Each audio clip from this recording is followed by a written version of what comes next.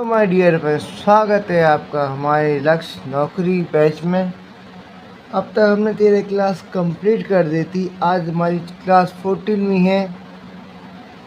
इसमें हम भौतिक प्रदेश पढ़ रहे थे। आज हम पढ़ेंगे थार मरुस्थल की विशेषताएं। तो चलिए बिना टाइम वेस्ट किए शुरू करते हैं। थार मरुस्थल की विशेषताएं, सही प्रकार के बालिका स्तूप पढ़ेंगे इसमें। ये क्लास 14वीं है हमारी। तो ये राजस्थान का मैप है हमारा।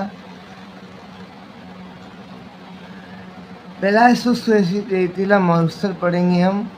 शुष्क रेतीला मरुस्थल ये दो भागों में विभाजित किया गया है। पहला है बालुका स्तूप मुक्त प्रदेश, दूसरा बालुका स्तूप युक्त प्रदेश। ये युक्त है, ये मुक्त है। जो बालिका स्तूप मुक्त प्रदेश है उसका जो एरिया है वो 41.50% एरिया है। वो ये जो मरुस्थल है पथरीला चट्टानी मरुस्थल है। इसको हम्माद भी बोलते हैं और रेग बोलते हैं मिश्रित मरुस्थल को। इसके अंदर ही लाठी सीरीज आती है, बालिका स्तूप मुक्त प्रदेश के अंदर ही। अगला है हमारा तो सेकंड है बालिका स्तूप युक्त प्रदेश है, जो कि 58.50% है। जो एरिया है शुद्ध रेतीला मरुस्थल है। एरिया बोलते हैं या शुद्ध रेतीला मरुस्थल है उसे एरिया बोलेंगे। हम्माद बोलेंगे जो पथरीला या चट्टानी मरुस्थल है उसे हम्माद बोलेंगे। और इस बालिका स्तूप युक्त प्रदेश में ही अनुदैर्घ्य बालिका स्तूप पाए जाते हैं। इसी में अनुप्रस्थ बालिका स्तूप पाए जाते हैं, बरखान पाए जाते हैं, विभिन्न बालिका स्तूप व प्लाया पाए जाते हैं। चट्टानी मरुस्थल या हम्माद ये आपको मिलता है पोखरण या रामगढ़ से बड़ोतरा और बड़ोतरा से फलौदी की तरफ। ये ट्रायंगल शेप में बना हुआ है, यहाँ पे मिलता है। फलौदी से पोखरण तक, पोखरण से बड़ोतरा तक और यहाँ पे फलौदी से बड़ोतरा तक ये हमारा हम्माद ये चट्टानी मरुस्थल पाया जाता है। पोखरण, फलौदी और बड़ोतरा के मध्य त्रिभुजाकार पथरीला मरुस्थल में मौजूद है। ये पोखरण, फलौदी और बालोतरा के मध्य त्रिभुजाकार पथरीला मरुस्थल है। ये हम इसे याद ऐसे कर सकते हैं। हमें पके फल से बल मिलता है, हमें पके फल से बल मिलता है। हमें से हम्माद हो जाएगा कि हम्माद बोलते हैं चट्टानी मरुस्थल को हम्माद बोलते हैं। हम्माद पाया जाता है। पा से पोखरण, पके से पोखरण हो जाएगा, फल से फलौदी हो जाएगा और बल से बड़ोतरा हो जाएगा। आप हुए से मिला को आप ख़त्म कर सकते हो। ये क्रॉस कर देना तो हमें से हम्माद, पके से पोखरण, फल से फलौदी और बल से बड़ोतरा के मध्य हमें हम्माद मरुस्थल पाया जाता है। आगे बढ़ते हैं। सीज SEZ यह सीज है सोलर एनर्जी एंटरप्राइजेज जोन को बोलते हैं। सर्वाधिक सौर ऊर्जा की संभावना है यहाँ। ये है जैसलमेर में, जोधपुर में, बाड़मेर में। इसे आप JJB थॉट ट्रिक से याद कर सकते हैं सीज को। सीज एक सोलर एनर्जी एंटरप्राइजेज जोन, सर्वाधिक सौर ऊर्जा की संभावनाएं। अब देखते हैं नखलिस्तान, ओएसिस या मिराज। लाठी सीरीज के पास छोटी वनस्पति वाला क्षेत्र, लाठी सीरीज के पास छोटी वनस्पति वाला क्षेत्र सेवन घास बोलते हैं। हरा भरा क्षेत्र है, सेवन घास है, छोटा क्षेत्र है जो हम यहाँ देख सकते हैं। ये भूगर्भ जल पट्टी है पोखरण से और मोहनगढ़ के बीच में। ये 60 किलोमीटर लंबी है। और 80 मीटर गहरी है। इसके ऊपर सेवन घास है, गोडामा की सली बोला जाता है सेवन घास को, ये पाई जाती है। यहाँ पर 14 नलकूप भी है, जिससे 2.5 लाख लीटर प्रति घंटा पानी निकाला जा रहा है।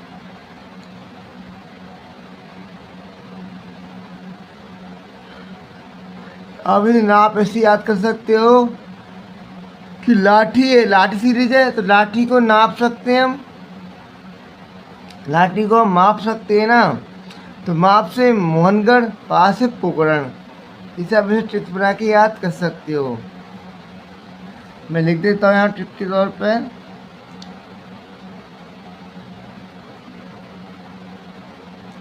लाठी को माप सकते हैं।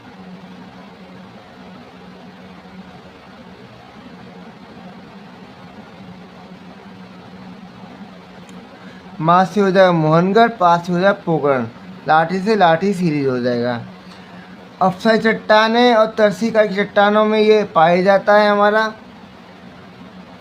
लाठी सीरीज पाई जाती है। अब देखते हैं लाठी सीरीज के बारे में। पाकिस्तान देश के सहारे जैसलमेर जिले में पोखरण से मोहनगढ़ तक अफसाई चट्टानों का समूह पाया जाता है। ट्रिक, लाठी माप लें, लाठी माप लें, तो माँ से हो जाएगा मोहनगढ़, पास से हो जाएगा पोखरण।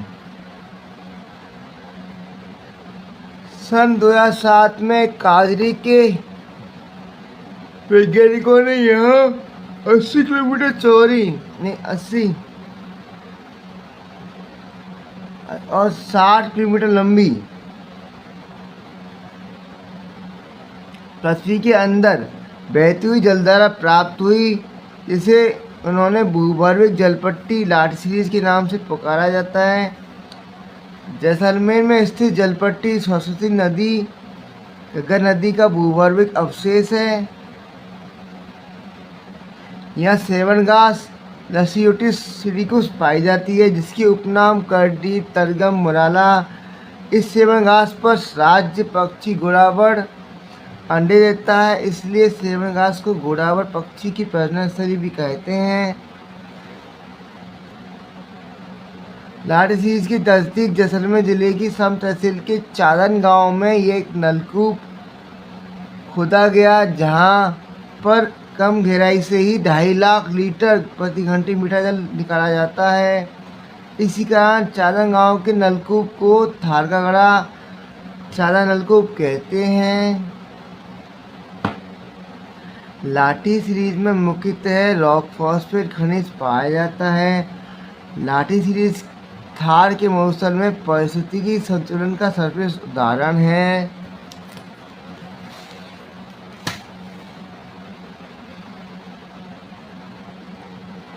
थारिस्तान का जलमहल बठाडू का कुआं है, इसका निर्माण गुलाब सिंह ने करवाया था।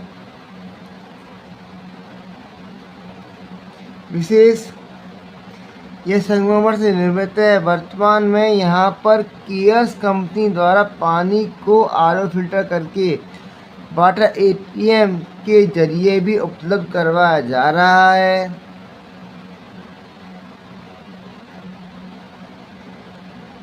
बालिका स्तूप युक्त प्रदेश 58.50% एरिया है युक्त प्रदेश का, जिसे बालिका स्तूप पाए जाते हैं, धौरे पाए जाते, दरियन पाए जाते हैं। बालिका स्तूप में रेत के टीले होते हैं। धोरे लहरदार बालिका स्तूप को धोरे कहा जाता है, और दरियन कहा जाता है जो मोबाइल और गतिशील हो। बालिका स्तूप स्थानीय लोग बालिका स्तूप को दरियन भी कहते हैं। स्थानीय लोग बालिका स्तूपों को दरियन भी कहते हैं। अब देखो मोबाइल है, गतिशील है, तो यन से आप याद बनाया जाते हैं। यन से माने यान, ये यान है। धरती, धरी माने धरती मान लो, धरती पर यान है जो फिरते रहते हैं एक जगह दूसरी जगह पे, ये गतिशील है। आगे अनुदैर्ध्य या रेखीय बालिका स्तूप, ये पवनों से बनते हैं जो दक्षिण पश्चिम से उत्तर पूर्व की ओर जो पवनें चलती हैं उनसे मुख्यतः बनते हैं।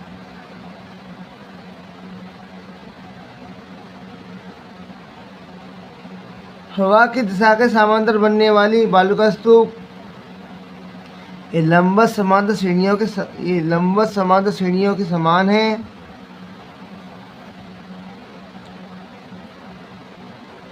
ऊंचाई 10 से 60 मीटर तक ऊंचाई होती है इसकी। सर्वाधिक विस्तार जैसलमेर, बीकानेर, अनूपगढ़, सूरतगढ़ आदि में है। अनूपगढ़ सूरतगढ़ श्रीगंगानगर में है। अनुदैर्ध्य बालू का स्तूप पवन की दिशा इस तरफ चल रही है तो इस तरफ ही बागेश्वर स्तूप बन जाएंगे। माने पवन की दिशा इस तरफ देख सकते हैं आप, तो बालू का स्तूप भी इस तरह बन जाएंगे इस तरफ ही, तो उनको बोलेंगे हम अनुदैर्ध्य बालू का स्तूप बोलेंगे या रेखीय बालू का स्तूप भी बोलेंगे।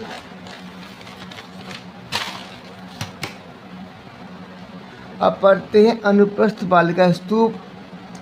अब पा आगे देखो, पा से परपेंडिकुलर कह रहे हो या समकोण कह रहे हो। पा में ऐसा आता है ना, पा में ऐसे बनाते हैं तो ये समकोण का रूप होता है, ये समकोण बोलते हैं गणित में इसको। वायु की दिशा के समकोण पर बनने वाले बालू का स्तूप, वायु की दिशा के समकोण पर बनने वाले बालू का स्तूप को अनुप्रस्थ बालू का स्तूप कहते हैं। इनकी ऊंचाई 10 से 40 मीटर तक है। दो स्तूपों के मध्य 500 से 1000 मीटर तक की दूरी हो सकती है। सर्वाधिक जोधपुर, बाड़मेर, बावतरा, बीकानेर पाए जाते हैं। अब समकोण में देखिए समझते हैं। अनुदैर्घ्यता हवा की गति जो हवा चल रही थी उसी ओर बनते आ रहे थे। अनुप्रस्थ बालू का स्तूप उसके समकोण में बनते हैं। जैसे हवा इस तरफ चल रही है तो उसके सामने बन जाएंगे, उनको बोलेंगे पवन की दिशा को अवरोध करते हैं। पवन की दिशा आ रही है उसको रोकते हैं, उसके सामने दीवार की तरह खड़े हो जाते हैं, उन्हें बोलते हैं अनुप्रस्थ बालू का स्तूप बोलते हैं। जैसे यहाँ पवन की दिशा चल रही है, बालू का स्तूप पड़ा हुआ है तो ये अवरोध का कारण बनना है हवा का, इसे बना तो इसे बोलेंगे अनुप्रस्थ बालू का स्तूप बोलेंगे। बरखान, बरछान या बरछान ये होते हैं हमारे अर्धचंद्राकार बालू का स्तूप होते हैं। अर्धचंद्राकार बालू स्तूप हैं। सर्वाधिक गतिशील मान मोबिलिटी सर्वाधिक होती है इनकी। नवीन बालू युक्त होते हैं। वहाँ सर्वाधिक नुकसानदेही भी बरछान बालू का स्तूप है। निर्माण इनका वायु भंवर द्वारा होता है। ऊंचाई 10 से 20 मीटर की ऊंचाई है। चौड़ाई 100 से 200 मीटर तक की चौड़ाई है। सर्वाधिक शेखावटी में पश्चिमी राजस्थान में सर्वाधिक है। जैसलमेर में पाए जाते हैं बरखान।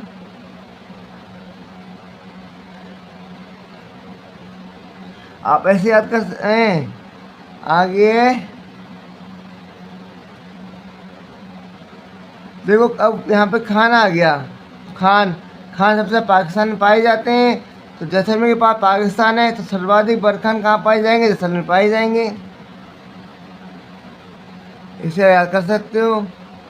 रिंगनुमा चूरू का भालेरी सीकर मंथा नदी के पास पाया जाता है। रिंगनुमा बालू स्तूप का जो प्रकार है जो इस तरह बनते हैं, आप देख सकते हो। आगे पैराबोलिक बालू का स्तूप, पिन के आकार का बालू स्तूप, इस तरह पिन होती है, इस प्रकार के बालू का स्तूप बनते हैं, उन्हें पैराबोलिक बालू का स्तूप बोलते हैं। महिलाओं के बालों की पिन के आकार के बालू का स्तूप है। ये मौसमी वनस्पति के सहयोग से निर्मित होते हैं। बीकानेर में सर्वाधिक हैं और बहुमुखी हैं होते हैं।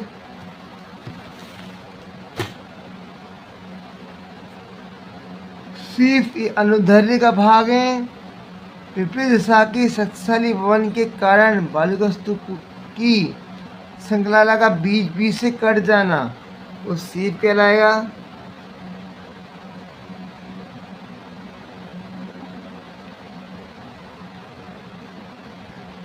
आगे सब्रकाफी स्तूप 5 मीटर तक की ऊंचाई को वाले सब्रकाफी बालिका स्तूप होते हैं। अन्य नेवलखा लुनेर सर्वाधिक बीकानेर में पाए जाते हैं। ये असंगठित अस्थिर होते हैं। छोटी झाड़ियों और मंद पवन गति से निर्मित बालिका स्तूप होते हैं।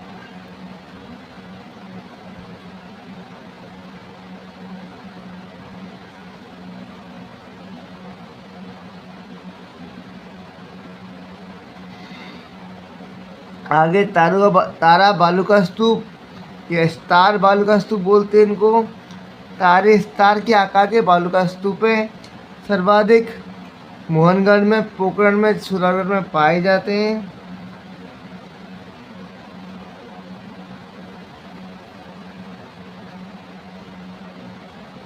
ये तारे समान होते हैं। तारे समान बनाया था मैंने, बताया आपको चित्र बना के। बालसम मरुस्थल का पहाड़ी क्षेत्र जिसकी निम्न भूमि पर एकत्रित जल से बनी झील बासन कहलाती हैं। दोबारा पढ़ते हैं। बालसन मरुस्थल का पहाड़ी क्षेत्र जिसकी निम्न भूमि पर एकत्रित जल से बनी झील को बासन बोलते हैं।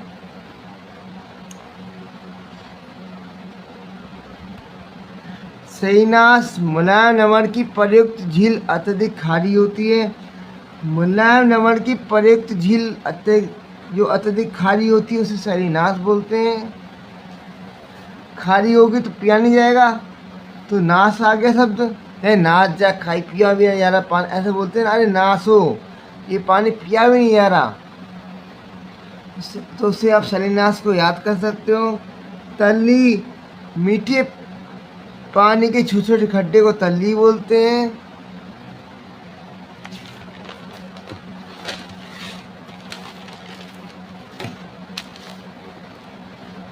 मरहो तल्ली सूखने के बाद बची मिट्टी को मरहो बोलते हैं। नाड़ी दैनिक आवश्यकताओं की पूर्ति के लिए गांव से बाहर बना छोटा तालाब। नाड़ी का सबसे गहरा भाग नाड़ी का तौबा कहलाता है। नाड़ी का तौबा नाड़ी का सबसे गहरा भाग कहलाता है। प्रायः 2 बालुका स्तूपों के मध्य जल जमा हो जाता है। अस्थायी खारे पानी की झील पलाया कहती हैं। पालीवाल ब्राह्मणों के कारण नाम पड़ा पलाया।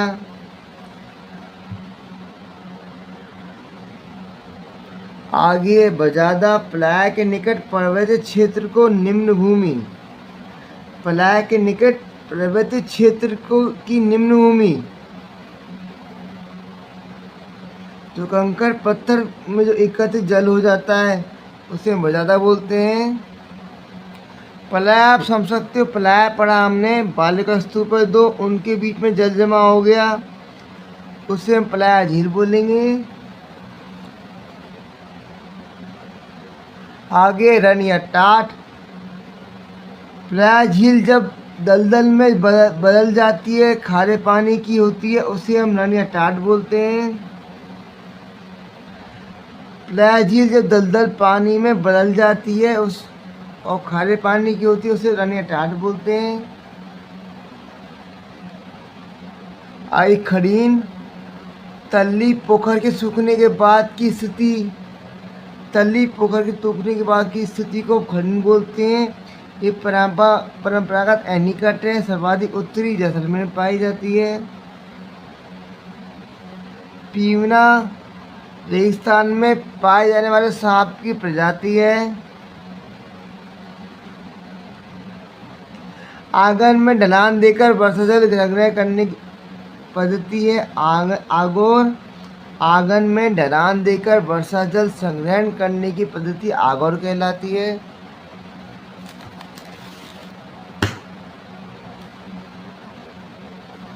मरुस्थल का मार्च, रेगिस्तान का तेजी से फैलना मरुस्थल का मार्च कहलाता है।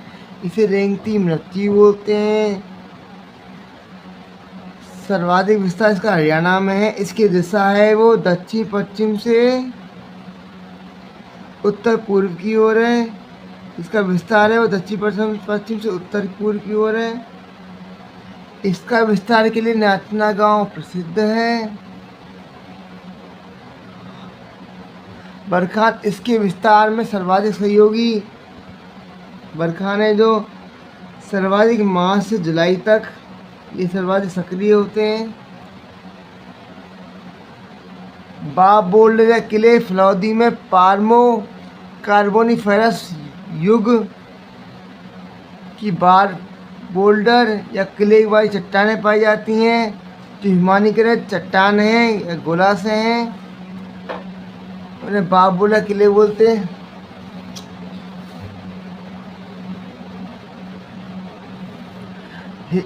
अशुष्क मरुस्थल हम बोलते हैं जो 25 से 50 सेंटीमीटर औसत वर्षा वाला क्षेत्र होता है उसे बोलते हैं अशुष्क मरुस्थल बोलते हैं। इसे 4 भागों में बांटा गया है। घग्गर का मैदान, शेखावाटी अंतःप्रवाह से नागौर उच्चभूमि या लूनी बेसिन या गोदावरी प्रदेश, जो हम मैप में देख सकते हैं। जो मैंने राजस्थान का मैप बनाया है।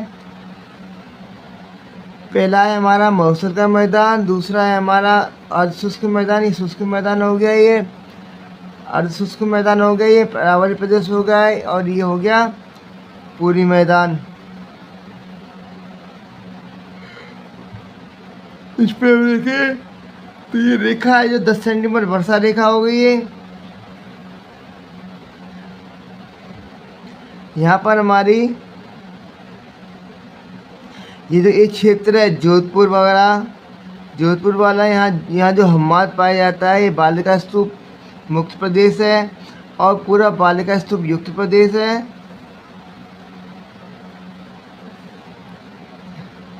तो और इसमें जो अशुष्क मैदान है, ये रहा हमारा अशुष्क मैदान।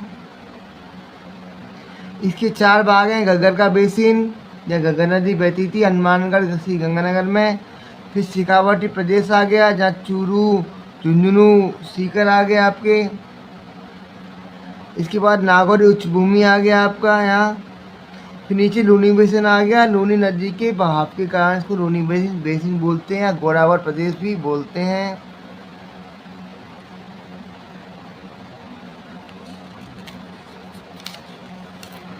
ये जो रेखा है ये 10 सेंटीमीटर वर्षा रेखा है।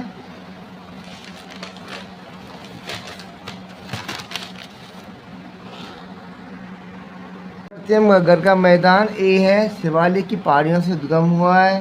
श्री गंगानगर से हनुमानगढ़ जिले में फैला हुआ है। यह घग्गर नदी का अब्बा क्षेत्र है। बेसिन को बोलते हैं, नाली बोलते हैं इसकी बेसिन क्षेत्र को, या हनुमानगढ़ में स्थित है। जो काठी या बग्गी इस बेसिन में पाई जाने वाली चिकनी व उपजाऊ मिट्टी जिसका विस्तार गंगानगर व हनुमानगढ़ में है उसे काठी बग्गी बोलते हैं।